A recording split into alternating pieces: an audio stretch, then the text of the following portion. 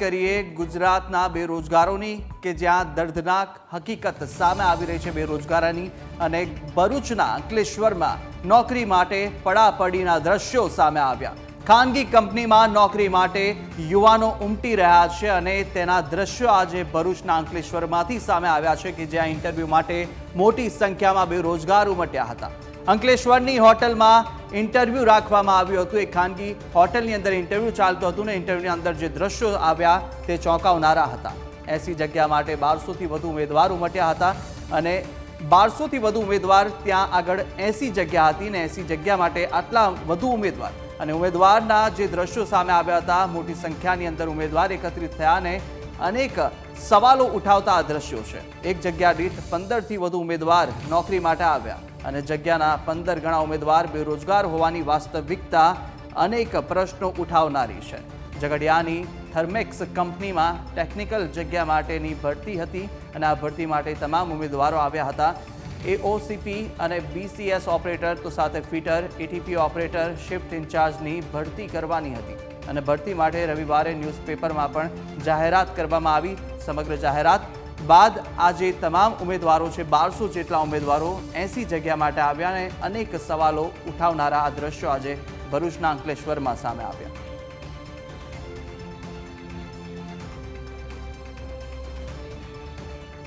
તો વધુ વિગતો સાથે સંવાદદાતા જય વ્યાસીદા જોડાઈ ચૂક્યા છે। જય, જે રીતની આજે હકીકત સામે આવી છે, ઔદ્યોગિક એકમો અનેક ગણા ભરૂચ જિલ્લામાં આવેલા છે પરંતુ ત્યાંથી આવી હકીકત આવી અનેક પ્રશ્નો ઊભા કરે છે।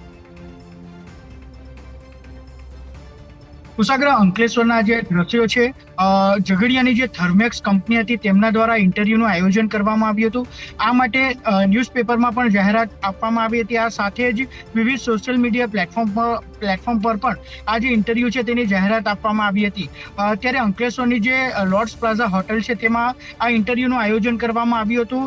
2 દિવસ પહેલા આ ઇન્ટરવ્યુ યોજાયું હતું ત્યારના દ્રશ્યો છે કે ઉમેદવારોએ રીતસરની પડાપડી કરી હતી અને જે સ્થળે ઇન્ટરવ્યુ હતું ત્યાં જે છે તે અવ્યવસ્થાના પણ જે દ્રશ્યો છે તે પણ જોવા મળ્યા હતા। ત્યારે આ સમગ્ર મામલે કંપની સત્તાધીશોનો સંપર્ક કરવામાં આવ્યો હતો પરંતુ તેઓએ હાલ આ પૂરતું કંઈ પણ કહેવાનું ટાળ્યું હતું। કુલ 80 જેટલી જગ્યા હતી તે માટે 1200 જેટલા ઉમેદવારો આવ્યા હતા પરંતુ હાલ સુધી જે આ 1200 ઉમેદવારો છે તેમના ઇન્ટરવ્યુ તો લેવાઈ ગયા પરંતુ તેમને હજુ સુધી નિમણૂક આપવામાં નથી આવી, એટલે કે શોર્ટ લિસ્ટ કરી અને તેઓને નિમણૂક પત્રો આપવામાં આવશે। આ પ્રકારે જ સમયાંતરે વિવિધ ઔદ્યોગિક એકમો દ્વારા જે છે તે ભરતી પ્રક્રિયા કરવામાં આવે છે અને ત્યારે પણ આ પ્રકારના દ્રશ્યો સર્જાય છે। ત્યારે ગુજરાત અને ખાસ કરીને ભરૂચમાં રોજગારી આપવાના દાવા કરવામાં આવે છે પરંતુ 80 જગ્યા માટે 1200 જેટલા ઉમેદવારો છે તે ઇન્ટરવ્યુ આપવા માટે પહોંચ્યા હતા અને ત્યારે અવ્યવસ્થાના જે દ્રશ્યો છે તે જોવા મળ્યા હતા। જે ઉમેદવારોએ રીતસરની પડાપડી કરી હતી અને આ સમયે કોઈ અકસ્માત કે કોઈ બીજી ઘટના બનતે તેનો જવાબદાર કોણ તે પણ એક પ્રશ્ન છે તે ઊભો થઈ રહ્યો છે।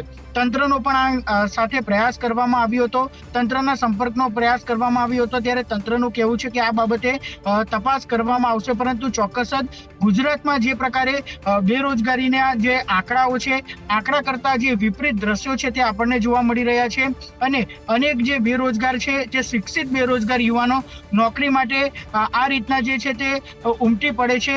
ત્યારે તંત્ર દ્વારા આ બાબતે ખાસ ધ્યાન આપે તે અત્યંત જરૂરી છે।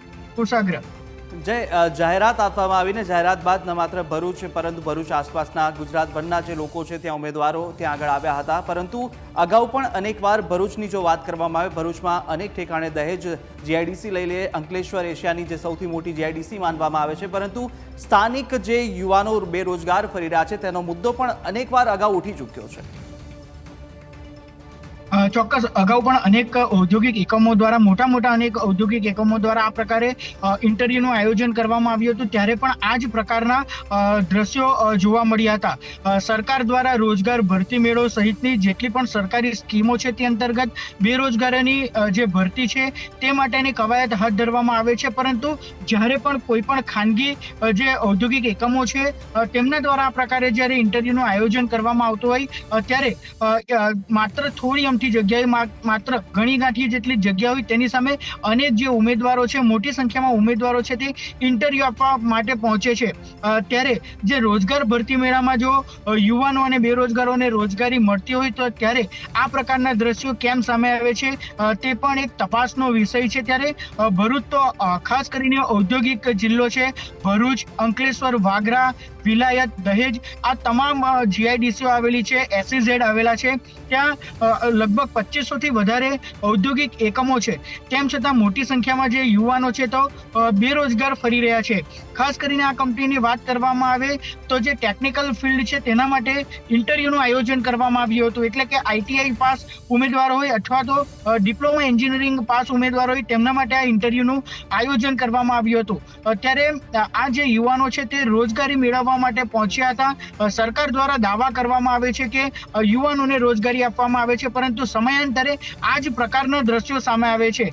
ત્યારે સરકારની જે વિવિધ સ્કીમો છે તેના પર પણ ચોક્કસ સવાલ ઊભા થઈ રહ્યા છે। ન માત્ર ભરૂચના પરંતુ ગુજરાતભરની અંદર જેટલા યુવાનો બેરોજગાર છે તેના આંકડા સામે આવ્યા ને તે સાબિતી આપે છે, તે પુરાવા આપે છે કે કેટલા લોકો મહા મહેનતે ભણી ગણી અને જ્યારે અનેક રૂપિયા ખર્ચીને તેઓ ભણતા હોય છે પરંતુ આખરે નોકરી માટે દરબદર ભટકવું પડે છે। જય, બીજો એક પ્રશ્ન થાય કે અનેક માટે જે યોજનાઓ શરૂ કરવામાં આવી ભણાવવા માટેની સરકાર દ્વારા અનેક ઝુંબેશો ચલાવવામાં આવી પરંતુ નોકરી માટે કોઈ ઝુંબેશ નથી ચાલતી। શું ત્યાંના સ્થાનિક નેતાઓ, સ્થાનિક આગેવાનો, સાંસદ, ધારાસભ્ય દ્વારા કોઈ પણ આ મુદ્દે અગાઉ રજૂઆત આગળ કરવામાં આવી છે કે કેમ?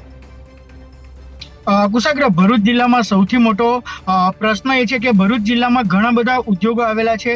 વિશ્વનું નંબર 1 જે જીઆઈડીસી છે તે અંકલેશ્વરમાં છે, એસઈઝેડ દહેજમાં છે, પરંતુ જે સ્થાનિક બેરોજગારો છે આ સૌથી મોટો પ્રશ્ન ભરૂચ જિલ્લાનો છે કે જે સ્થાનિક બેરોજગારો છે તેમને નોકરી નથી મળી રહી અને આ બાબતે વારંવાર અનેક જે નેતાઓ છે તેમના દ્વારા પણ જે છે તે રજૂઆત કરવામાં આવી છે। તો સામે વિરોધ પક્ષ દ્વારા અનેક વિરોધ પ્રદર્શન પણ કરવામાં આવ્યા છે, તેમ છતાં આ પ્રશ્નનું કોઈ જ હજુ સુધી નિરાકરણ નથી આવ્યું। જે નિયમ છે તે નિયમ એવું કહે છે કે 80% જેટલા જે સ્થાનિક લોકો છે તેમને રોજગારી આપવાની હોય છે, પરંતુ જે સ્થાનિક બેરોજગારીનો પ્રશ્ન છે તે ભરૂચ જિલ્લામાં સૌથી વિકટ હોય તેવું લાગી રહ્યું છે।